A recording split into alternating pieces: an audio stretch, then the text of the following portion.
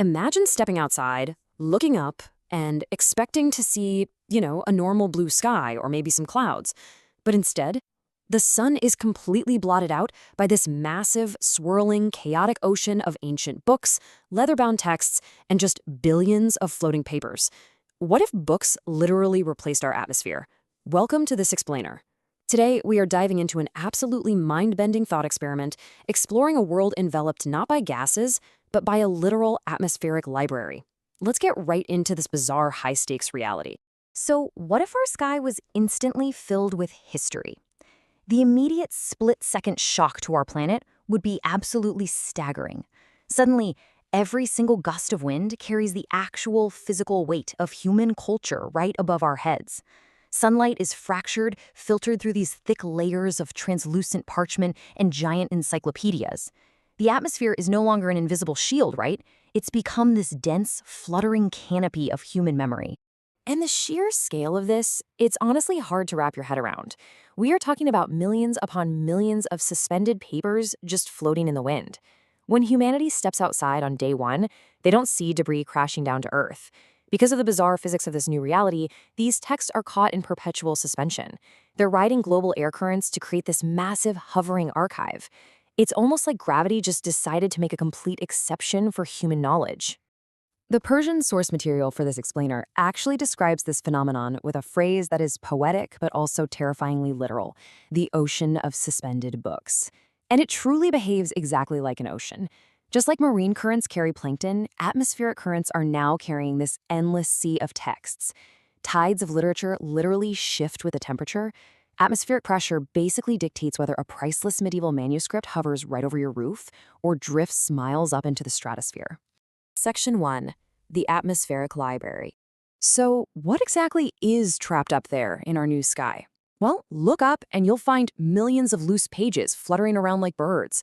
You've got heavy, fully intact books floating by like clouds and delicately suspended scrolls from antiquity. The entire recorded history and global culture of the world is now physically suspended in the wind. Every language, every major discovery, every lost civilization is just drifting through the troposphere. But you gotta wonder, how does humanity even begin to interact with a sky made entirely of its own past? Part 2.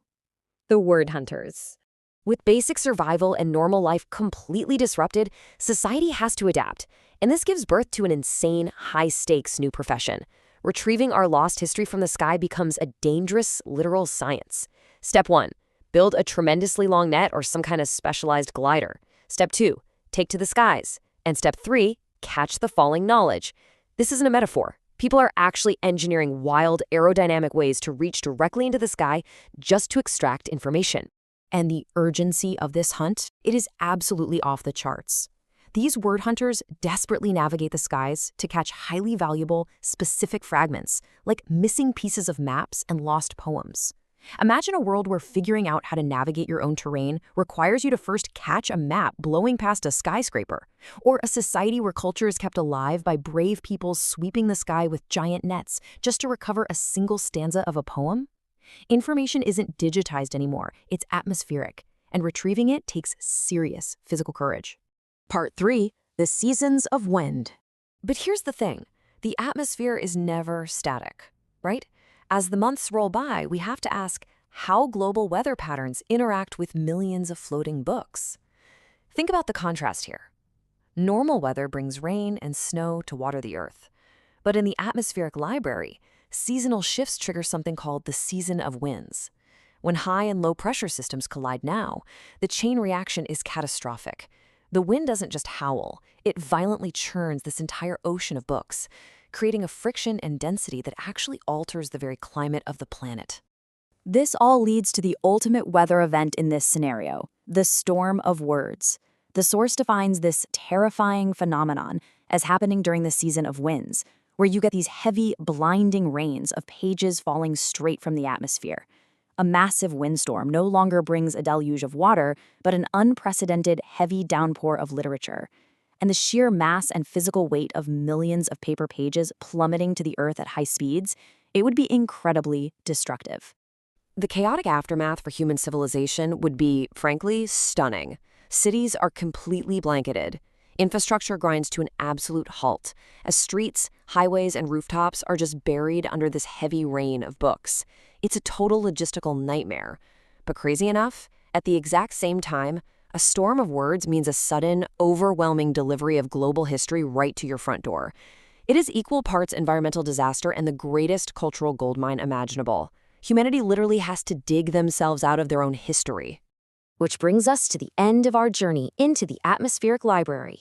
We've explored the immediate shock of a sky completely blotted out by text, the rise of those brave word hunters, and the chaotic, dangerous beauty of a storm of words raining down on our cities. So I want to leave you with one final thought-provoking question about this wild new reality.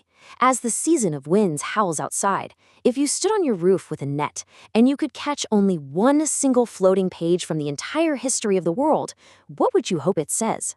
Let me know your answers down in the comments below. If you enjoyed diving into this thought experiment with me, make sure to hit that like button and subscribe for more deep dives into fascinating concepts. See you in the next explainer.